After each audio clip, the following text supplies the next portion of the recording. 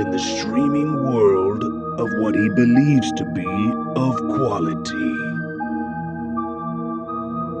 But there is, unseen by most, an episodic horror-based TV show. A show that still holds up. A show called Tales from the Darkside.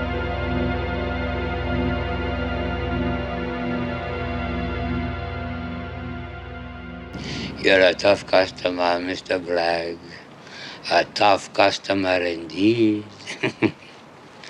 Come with me, if you dare. Welcome back to Talks from the Darkside, the podcast where we talk about Tales from the Darkside, the 80s horror anthology television show created by Richard Rubenstein and George Romero. I'm Joe Lascola. I'm Sean O'Rourke. And I'm Chris Barr. Today we're talking about The Circus, directed by Michael Gornick and written by Sidney Bound and George Romero, with an original air date of September 28th, 1986. The boys are back in town, dude. It's Talks from the Darkside finally risen from the grave. Season 3. From your grave. Here we are. Yeah. Unless you're watching this in the playlist and you're new and you're just like, Yeah. Wow, they look a little different, but all right, yeah. It's been a minute. That guy's fucking bald now. He's got a nose ring. What's happening? Yeah, it's been a minute. Yeah. But with season 3, we made it. We're here. We Yep. finally arrived. Long time coming. Oh, yeah. And I cannot wait to dive back into this. Yeah. I'm very excited. I'm popping out of the popcorn machine because we're back at the fucking circus. And we have some great episodes Oh, ahead of us. yeah. Season 3, it's season 1's great. Yeah. Has its moments. Season 2, same thing. Mm-hmm. Season 3, I think, is this is when the series really gets its hooks in. I think it's got a lot of its legs in this season, but it also Yeah, we'll get there. We'll get to you'll the see. journey because there's some really great episodes. Yeah, for You gotta- sure. And some clunkers. I was some going to say, you got to clunkers. remember, Chris, I am on this show. I don't have the nostalgia, so I'm kind of coming at all these episodes a little hot. Trying to keep that, like the main movie dumpster show, keep that in the back of your head. This was made in the 80s, 86, Sean, remember. Well, that's the But- perspective we're laying Yeah, down yeah. here, you know. So And keep in mind the budget here. Yes, that's yes. the thing we with the talked show. about that a Yeah, lot exactly. over the years. Yeah, that's true, too. But it's fun. It's you get to see, these well-written stories executed in a way the best they could be with the budgets that they had. It's And there's time some they there's had. some it's this is really well written. yeah. And then it's whoop, do they pull it off? Most of the time, yeah, almost. I think every one of the Talks episodes is a small triumph considering the limitations that we always Absolutely. talk about on the Yep. show. So yeah, but with that being said, getting into season 3 with the circus, can we get that Fangoria synopsis for us, Yeah, please? let's do it. So if you're new here, every episode I will read the synopsis out of the April 92 Fangoria Horror Spectacular. So without further ado, here's the synopsis for The Circus. A cynical misanthropic reporter arrives at a traveling circus of horrors with the intention of exposing its ringmaster, Dr. Niss. As a huckster, Niss grants his guests a special private showing of his carnival attractions, which include a werewolf, a vampire, a man-thing, and a mummy. Man-thing? Man thing. That's a... Okay. He tried to give me the hucklebuck there under the table. Under the the bar huckster. there. They did not want to pay the Mary Shelley tax on that one. Yeah, they couldn't afford it with this season. That Yeah. fuck owes him 50,000 Yeah. for sure. John Hurt gets away with it all the time now. He's got that car, flies through space. So while that is pretty revealing, and we talk about that a lot on this show if you're new to the show, about how the Fangoria synopsises usually give away the goat. Yeah, they're way over top of the spoilers. It's Yeah. and it's fine. It assumes you've seen the episodes already. So if you haven't, okay, there's a werewolf and a vampire. And Yeah. a man thing. I mean, literally in the last episode of season 2, when we went through it, it spoils the twist at the end, and we're Yeah. all kind of joking about it. So yeah, it happens from time to Exactly. time. Yeah. But with that being said, so we open up at the Circus TM. Like I alluded to, there's a lot of circus theme episodes throughout this show. Once you watch them all, it's gotta be like the 4th or 5th one in Yeah. the scheme of things. Yeah. And same with Tales from the Crypt. It's yeah. there's a few, and that's one thing I wanted to say before we get into it. It's I love when they do these kind of settings. Me too. Like these old timey. It's you don't know what year it is. You don't know where takes place. It's just this very surreal, just old timey circus. And which that is, atmosphere. I love these. Oh yeah, and it's like a dark one too, and Yeah. it's like this traveling show from I don't know, the Balkans or Transylvania or something, and it's really cool. Yeah. Budapest, if you will. you mentioned Tales from the Crypt, and like I immediately think of that one with Ernie Hudson, and I love that episode. Yep. Or even Lower Berth. There's Lower Berth. Dig That Cat. Dig That Cat. He's real that's gone. season 1. Yep. Isn't that Joey Pants in that one? Yeah. Oh yeah. Mm-hmm. But it's like whenever you have the setting, it's like automatically you're off to a good start. Yeah. Yeah. It's so good. Ghoulies too. Yep. Oh yeah, Ghoulies too. It rolls it off. I don't know. Yeah. It's all connected, man. I don't know. I think that's why we love it so much, because we kind of grew Ghoulies connection. Well, we grew up with Ghoulies and Tales from the Crypt and Tales from the Darkside, and there's all these crazy circus settings. Yeah. I mean, the circus can be creepy. I mean, I've been to the circus. I don't know if it's still a fucking thing today's day and age, especially with all the animal abuse. People find like, oh God, that's happening. We're finally actually acknowledging it. Yeah, more like a carnival. Carnival. I think carnival is more. But where I was going with that, always like X-Files if they cover it. Even Are You Afraid the Dark's got a few. It's just a creepy Zebo, thing. dude. Zebo the Clown, The Mask of the Phantasms. A lot of that's in that abandoned amusement park. It's just a creepy place to set something. Yeah. I guess before we get totally into it, Michael Gornick directed this episode, and we're all very familiar with Michael Gornick. He was the cinematographer for Creepshow and directed Creepshow 2. Yep. He also shot Day of the Dead, which is pretty crazy. Yep. Huh. Did not know that, or I forgot one or the other. So you have more of the Pittsburgh crew with George Romero here, which is great. And he's done some of the best episodes of Tales. Oh, yeah. He did Slippage, Word Processor of the Gods, and The Devil's Advocate, which are fucking so good. Yeah, and all bangers. And he also did some of the biggest bangers for monsters. He did The Fever Man, and he did, Vampire Hunter's not that great, but The Fever Man fucking rules. Oh, yeah. And then, and then the script was written by George Romero, which is awesome. Yeah. It's like good to see old George. He comes back and like dabbles a little bit. Yeah. It's not the last one that he does in this like 5 series. I think or in the first 5 that we're going to talk about, because I think he partners with somebody at Jules Selbo later. Yeah, I and think. she's in a few. Yeah. So we're in the circus, and we get introduced to Kevin O'Connor as Mr. Bragg. I was bummed it wasn't Kevin J. O'Connor. I'm not gonna lie. Let's just keep the references going. Lord of Illusions himself. No, dude. If you told me to tell you who the fuck this guy was, I'd be like, oh, of course, it's David Johansen. Yeah. No, it's not David Johansen. Yeah. A little known name. Well, it's funny because David Johansen and William Hickey are in the Tales from the Dark Side, the movie, with the cat, the cat from hell. So I always just had it in my brain. I'm like, oh fuck, that's not David Johansen. And actually, like when it started, I went to go to like rewatch these, and like I had the same thought. I'm like, it's the same guy. It's the same guy. Yeah. No, it's not. Yeah, close enough. Well, again, budgets, they couldn't afford them. It's like they had to pay William Hickey something. Hickey was doing it for a song. He just loved to act, that guy. And he's perfect in this episode. Yes, except his teeth. Yeah, that too. They couldn't. They didn't have the budget for enough Fixodent for this poor fucking guy. It was that era, William Hickey. He's like, I haven't had him fixed yet. I'm almost 90. Maybe I'll get him fixed eventually. Were they like the Temps? Because when does the movie comes out in 1990? I'm trying to think, and all his teeth are in place and he's speaking fine. Because other movies that we've covered are like Rune Stone. He's in that on Movie Dumpster, and then I think of like Christmas Vacation, of course. But those were later. Puppet Master. Puppet Master, right? Yeah. The late great Andre Toulon. Oh yeah. He was a ringmaster originally. Coming. Oh, well, we'll talk about it. Or something. Again, you said the timeline is not clear. Yeah, so what's the timeline here? Where's Christmas Vacation in the order of these? That's towards the end. Is that pre or post Puppet Master? That's post Puppet Master. It's after he ascends and he's just like hanging out with the stogie in his mouth. You get Puppet Master and there's like flashback scenes of Christmas Vacation. Oh no.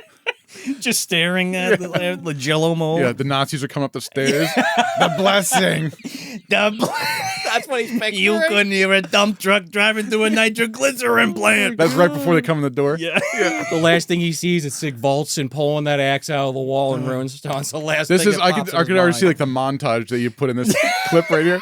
Right before he fucking pops it off, dude. It's the cat when he's like, his dad and his back's on fire. Yeah. William Hickey. Shit, man. So Bragg is a reporter who's he's an alcoholic. He's got a distaste for the world, and he's just a real asshole. He reminded me of a lot of Miguel Ferrer's character in Night Flyer. Oh yeah. And total skeptic, total asshole, doesn't care what people think about him. Trying to expose everybody and like doing whatever he can to fucking just expose the truth, but in the worst cynical way possible. He's not gonna just drag you. He's gonna drag you through the fucking dirt. Yeah, and he's also very like the Mandrake character from Devil's Advocate too. Yep. Where he's just like so fed up with society, and he's just a real miserable. Got a chip on his shoulder. The size of the national national fucking debt. Dude. Exactly. Yeah. I mean, he comes in and he's like arguing with William Hickey right off the bat, and he's just like, "This flyer, it's bullshit. It's false advertising." Well, he's like. the werewolf and the vampire. Like, what the fuck? What kind of show you running here, old man? For kids? Yeah. He keeps bringing that up. Oh, this can't be for kids, right? It's like, yeah, it comes up like a few times. Yeah. It's like you're telling kids to come here. Yeah, then it does. It turns into a good bit, but yeah. William Hickey's got a lot of great dialogue in this, and I'd be remiss to mention that because he's like, this is the last flickering flame of showmanship, kind of. Like, I mean, these shows were dying then. Yeah. Which is kind of crazy.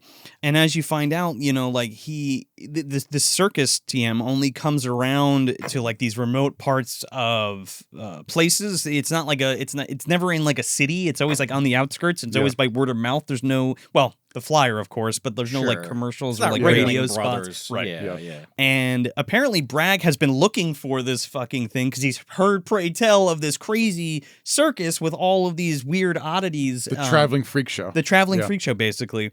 And the only way he came about it was kind of fate, right? He like crashed his fucking car into a tree. That's right. Yeah, and, like, he mentions that because William Hickey knows who he is. Yeah. And he's like, how'd you... Yeah. You're always trying to smear everybody's names. Kind of sound like an old Jewish guy. I sound like William Hickey, old Jewish guy. There you go. Well, he's doing like a fucking like Bavarian accent or like a Nosferatu accent. Yeah. Dracula. I know we've talked about the audio in the past on the show because sometimes the music's different than what originally aired due to licensing issues. Maybe it's just me. Maybe my air conditioner kept kicking on. I had to blast this one because the audio mix on this, maybe it was just, again, me, but it was kind of rough because William Hickey, he has that deep kind of grating voice. And I was like, what the fuck did he say? I had to keep rewinding it. It's tough because his teeth are fucking falling out of his mouth for a lot of the dialogue, So you really do have to listen close to a few and like times. Part of it works for like the character he's doing here. Yeah. And then it's like also part of the charm of William Hickey. It's like, yeah, okay. So it's not the just old me. grumbly man. Yeah.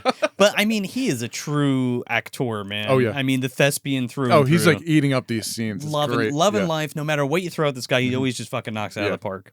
And seeing him as like an aged Romanian circus guy showing like the universal monsters is like one of the coolest things to me. I would even argue this is another devil in disguise kind of situation. Oh, that's interesting. Mostly because of what happens at the commercial break. We're not quite there yet, but he suddenly has a new set of clothes on that the note passage of time could have explained. I'm like, is he actually the devil? Maybe. Oh, that's a good way to look at it. Yeah, it's like if you think about it, William Hickey is like the American like James Hong almost. Kind of. With Actually, like just how much shit he's been in and like the kind of roles and everything. I'm always like, I would have loved a Fritz Weaver, David Gale movie, a fucking William Hickey, James the two Hong of them movie. Oh, man. Dude. As like two like dueling sorcerers, grumpiest like old men. 1,000-year-old wizards. Oh, directed by John Carpenter. Exactly. Yeah, right. So yeah, there's just a little bit more about Bragg, like kind of losing his luster for life. You know what I mean? Very cynical, like we had said. So he's like, I'll tell you what, Pops. How about you give me a sneak preview private tour? And he's like, I would be happy to. That's what I intended. That's what I was going to say. You took the words out of my mouth. So he does just that. He wheels out his first attraction, which is... and we're going right into it. Yeah. I was like, oh, okay, he's doing it now. All right. He's like, Nanoosh, bring out the vampire. This hunchback looking fuck. So he brings out the coffin, and it opens up, and fucking Ed French is in there with his arm crossed as the vampire. That is so crazy that it was Ed French. Yeah, because I asked you about that. I was like, his name's in the front, but I didn't see him. Like, he's the vampire. Yeah. We've been talking about Ed French a lot lately. We did Mutant Hunt. He did all the effects for that. And of course, it actually in the episode guide, the Fangoria one, it actually mentions Ed French like in one of like the thumbnails. Oh, really? Yeah. The vampire, yeah. Yeah, these bars are about as effective as a Star of David against the Ed French vampire of the circus. That's what it says. It's That's like, crazy. Right. That's pretty good. Weird thing to say. It's so fun. Well, Ed French also played the devil in Halloween Candy, which was the first episode. Or not Halloween Candy, excuse me. Trick or Treat, which is the first episode of Tales from the Darkside. It's funny because he commented on that episode that we did of Trick or Treat, and he's like, yeah, that was me. And we had no idea. Yeah, it's me, Ed French. Oh, yeah. It's me, Ed French. How are you guys doing? Right, it was really cool. And also, the vampire here has such like a unique look. Yeah. This is Zitsferatu. Well, we just got Fright Night a year before, and that had some really unique looking vampires. And when does Lost Boys come out? That's what, 87? I think 87. So it's like, or Right 88 after. even. I think it's like a couple years after this. So we're just starting to get into that kind of monster-esque vampire look. We talked about it on the Salem's Lot episode. And I was this going to mention that. Well, this is just such an interesting look for a vampire that I don't think at the time was super common, and I think it's fucking cool as hell. Yeah, no, it's definitely different. It's Yeah. cool. And it's like you expect when it opens to have those like Nosferatu-esque like Or like look to it. I'm blah, Yeah, Dracula. something like that. Yeah, the little like necklace and everything and the suit and all that. Sure. But it's like, oh, this is weird. He's just different. a lumpy fucking Yeah. monster in a cloak. Like Pizza the Hut Pizza- meets yeah, Nosferatu. exactly. That's yeah. why I'm joking Zitsferatu, because it looks Yeah. like Nosferatu with pimples all over Right. its face. Yeah. I mean, I think it's supposed to be boils of some kind, just to add the grotesqueness of this creature to it, and the long fingernails, like your classic Nosferatu. We've mentioned it on a few of these episodes, but usually there's a lack of blood in these episodes, and when you see it, it's pretty shocking. And like this one has so much, and it's the season premiere, which is really interesting to me. Yeah. So William Hickey basically feeds a fucking lamb to this vampire, and he's like sucking on it, and Bragg's like, "Oh my god, this is disgusting! You let children watch this?" He's like, "No, And he Mr. still Bragg." doesn't believe it. No. He's like, oh, what kind of, is that like fake blood? How do you get the teeth in? Do you actually penetrate with Yeah. the teeth? Is there a razor blade in Yeah. your mouth? He gaslights himself into not believing it because he's so scared he doesn't Yeah. want to believe it. Right. And William Hickey's like, "Well, we have to give him the goat so he can satiate his thirst, and then we give him rats and things. He's like, so yeah. not scare the kids." Right. We usually don't show this part, but because you wanted that private session, it's Yeah. feeding time. So Yeah. here you go. Slick his thirst. That's He's what got it some was. good Yeah, lines, yeah. dude. Then they bring the German shepherds out. Yeah, so he's that like, oh. hunchback guy brings him out So again. he's like, "Huh, great makeup. That was a great parlor trick. All right, but this is bullshit. This is bunk." And then the German shepherds come out and they're like running around, and now they're eating rats and shit. Yeah, he picks up a live rat from under the like the And bleachers. he's like rips it apart like again. when Ozzy bit the head off the bat. This looks pretty brutal, man. Ozzy didn't realize it was a Nah, real that's true. bat. R.I.P. But it's eating this fucking rat. And again, there's like a lot of gore for a Tales from Darkside episode. yeah, we Just don't like get right a lot out- of blood in these. And it's No. like, oh, here you go. Okay. Kicking There's off like the season. There's like a vampire eating a lamb and a dog eating a Yeah. rat. I mean, to that point, though, the last few episodes of season 2, they kind of leaned more in that direction. I think we even talked about it a little bit. Like maybe at the end of the season, like fuck it, go crazy Yeah. with the blood. So Give maybe the people what they want. yeah, like maybe the training wheels came off, so they're allowed to kind of get away with it more. But a little baby lamb getting bit—that's pretty brutal I even for think- CBS. I think you're absolutely right, and it's because at that time, you think in that mid period of the '80s, everything was there were gorehounds, right? The splatter movie and the gore movies were like getting really big at that time. But that was like peak was like '86. Oh you know? yeah. So it's just interesting to note. This is also the scene where he has like William Hickey's wearing like basically just like his like dress down clothes, and it comes back from commercial. The rat's still in the dog's mouth. Now he's got that ringleader kind of regalia on. He's got the top hat. And his hair's colored. Yeah. It's Oh, yeah, like which is gray, weird, yeah. and he like almost becomes like pseudo young. Yeah. Like it's very like something Wicked This Way Comes Yep. feeling, Right, where yeah. he's just like now he's like a younger. I mean, he's still old, but like a younger looking gentleman in Yeah. like this fucking extravagant ringmaster I mean, costume. if he's not supposed to be the devil, he's definitely supposed to be playing up that stereotype of like a supernatural Romani type. I think he's definitely like a wizard. Like Oh, absolutely. Yeah, it's like Yeah. the way he carries himself in this. It's like he's got some sort of like he has to have some Secret, kind of yeah. bearing on these monsters. Yeah. Oh right? yeah. Especially when you see what his end game was, Yeah, you're like, yeah. you had a plan. So he shows him the way. He's like, "Come to the back. I'll show you the other things." And he's like, "The cages are there to keep them away. I'd like to do a pre-show for the folks." They go like underground or something. What the fuck is It's this? just like the back room, I guess. yeah. Like what does he say? It's like until some brat kid pulls on the bearded lady's beard Or or the something like werewolf's that. The beard. werewolf's beard. Yeah, It yeah. hasn't happened yet, but it might in the future. Yeah. So they walk past the vampire, and he's still not convinced, even though there's things behind bars like Hissing Chris at was him? saying. Yeah. And like he's like the light is too much for him and stuff. Yep. So he brings him over to the werewolf, and he's like, "Behold the werewolf!" And it's just like this feral dude, and he's like, "Wait, this is it. This is false Yeah, kinda advertising." snarling, and he's like, "Oh, this is just a guy." Imagine if He's it's like- Larry Talbot, and he's like, "Please, get me, get away from me, please, get away from me, god damn it!" Lycanthropy is not an exact science, Mr. Bragg. You know, Which is like that's a great line. it's great. Yeah. It's just so cool, and like it kind of has to be on a full moon. Yeah. Well, if you're going by that Exactly, lore, yeah. you know what I mean? Like maybe that's why it only comes around once a month. Yeah. It's like, what are the rules for this werewolf here? Yeah, but right. but it works for like the idea of like, kids go to see this werewolf and Yeah. like watch him transform and just they don't know when he's going to Dude, change. imagine seeing that. Right. Like it's like So would it be like American Werewolf in London, where it's this big painful thing, or would it be like faster, like Bad Moon and something like that? Oh God, I don't know. Right. Immediately I jumped to like, because that's what it looks like. It looks like the Howling, the Freaks. Yeah, because it looks like he's like always in this feral state. Yeah. Like the way he grabs the food and just like Right. tears into it. Yeah, so he's just like grows a little bit of hair Yeah. on his face. I mean, William Hickey even does say when he questions him about that, like, how do you know the exact time so people could see it? He's like, well, we don't actually. Yeah. It's kind of not an exact science, even though a lot of movies it is. So that was kind of a good little extra detail he throws out there. Right. Like, just to be like, oh, you don't believe it? Well, come on. Yeah, the time's not Yeah. perfect. So again, then Noosh like gives him the meat, like you were saying, and he's ripping into it, and he's like, oh my God, this is depraved. You're giving this fucking weird guy some meat. Children are supposed to come back here. Yeah, kids, man. What about the kids? Without skipping a beat, fucking Frankenstein's monster comes out and like gives him a hug, Out of and he's nowhere, like, yeah. holy shit. The man thing. The man thing. Yeah. He's like, oh, don't worry about that, Mr. Bragg. That is a personal experiment of mine, the reanimated corpse. Yeah. Yeah, the marionette. Yeah. That's Frank's monster. We couldn't use the license. Exactly. Excuse me, the man thing. He turns the camera and says, actually, that's not Frankenstein's monster. It's the, Don't that's come the name after of the us. guy, not the Yeah. monster. Exactly. It's Dr. Hickey, Dr. Niss. Yeah. It's actually his Dr. Pepper's monster. Dr. Sergeant Pepper's the guy. Dr. Pim. Oh, that's a guy you got to really watch out for. You don't know what the fuck he's doing in his Oh back my room. God. So it scares the shit out of him, and he's like, it like runs out, and like the German Shepherd started attacking it. He's like, "Arr!" And it like they like knock his head off. Yeah, I had to rewind this part. Yeah.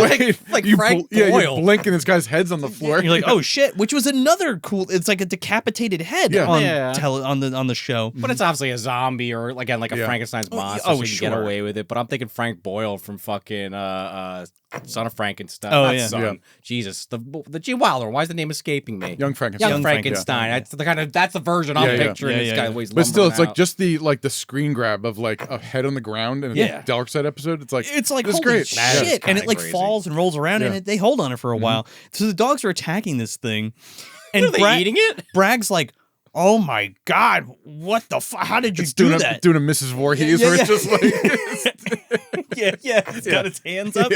But William Hickey's like, "I'll get in the news, put them back on the medical wagon for later, and we'll fix them up." So Bragg goes off the fucking deep end. He's like, "I'm gonna fucking shut you down." He's like, "I'm gonna burn this place to the ground. Nobody, you're never gonna work here again." Worst thing you could possibly say to an evil scientist. He's like, but okay, well, I got one more thing to show you. Come on the back. And like everything, there's like all these candles, and like there's a mummy in the middle and of this shit. is such a cool little scene. You think this is lot 249? It could be. You think so? Absolutely. That's Yep. where Steve Yeah, Buscemi this is gets where it it came from, yep. Open nap, open tap, open Yep. his eyes. Yep. I think so. saw this fucking mummy and he ran. This thing's like walking around like. "Ooh." Well, it like wakes up. This is another great part too, because William Hickey kind of has this monologue about, not noticing things in life, not appreciating things, not believing in anything, and kind of walking the earth being this smug piece of shit who's always trying to ruin everybody else's Yeah. time. And what does he say here? He's like, those who doubt should open their hearts. Yeah. Something like that. Open your eyes and open your heart, which I thought is pretty cool. Yeah, there's great lines in this. And like William Hickey, the whole point of the circus is to remind people about the magic of the world, basically, and like these are the monsters and the marvels of these things, and you should appreciate it. Don't fuck Yeah. with this stuff. And it, have an open mind and open imagination and Exactly, things like yeah. that. So it's pretty good message. So he's so scared about this mummy coming. I don't know why this one scared him so much. Out of all, out of all, everything. you didn't the head rolling off and that Maybe because some body parts are missing and it's moving around. Yeah. That was finally what and triggered him. there's a cool effect here with the eyes. It's like Yeah. it looks like it's like just static and doesn't move, but then the eyes just move like the small bit. And maybe that like makes him go crazy, right? Because it's like the end of a Lovecraft story now. Oh, yeah. He literally gets He's scared freaking out. to death. Well, William Hickey does say specifically, he's like, people that at least kind of believe this stuff, it'll freak them out, but they'll survive the event. People that are like having their perception of reality challenged by this, they're the ones that don't make it. because it breaks their mind Yeah. because they this is can't another comprehend. another good quote he has here. I actually had to take a note of it. Yeah. He's like, a man who disbelieves and comes face to face with what he denies may well die of shock. And he does. Guess what he does? Yeah. Well, Like immediately. the headless man thing comes up behind him and gives him a bear hug, and he fucking just dies of fright. Yeah, I guess. I don't know if it's even giving him a bear. Like, kind of touches him on the ear. That's enough. Well, it's like on his face. He grabs him. So he dies, and then commercial break. But when we come back, the circus is in full swing. There's a line out the fucking door. Everyone's there to see it. We're the vampires eating things, and people are like, "Wow!" And the werewolf's jumping around, and he's all transformed, and he's crazy. He's got his fucking teen wolf outfit on. He's got the jacket. Dude, and he's shooting About the hoops. slam dunk. Yeah, I was like, he's surfing on the car. like, the what whole the thing. fuck is he wearing? More clips to put in here. The show's in full swing, and William Hickey's, waxing poetic about all these marvels of the world, wonders of the world, Yeah. and cameras panning over and everything. And this, I love this shot It's here. so good. It pans down to the last cage, and you see the bumbling, man thing. Lo and behold, it's our reporter. Turns around. He took his fucking head off and put it on the man thing body, and he's like, I'm trapped now in this fucking cage for the rest of my life. And this whole ending here, like the pan over and like the big reveal twist and everything, this is like very Tales from the Crypt here. Oh, it's great. Which is like, it's just feels like one of those like endings. It's which so we don't have a lot of those with Darkside. The punchline ones, yeah. Mm-hmm. Where it ends on that like dark note, and you're like, oh, there it is. And credits are right. Yeah, I love this. Yeah. There's a few dark ones. I think pretty much all of these have a dark ending to them. Yeah. If I'm not mistaken. Yeah, every single one. Oh, yeah. Yeah. And then it kind of like wraps up from there. The Tales from Darkside theme kicks in, and you're like, oh my God, this is great. So what do we all think of this episode? I think it's okay. I feel like I'm going to be on that end of the table on this one based on how you guys are talking about it a little. I didn't dislike or like this one. I was kind of very in the middle on it.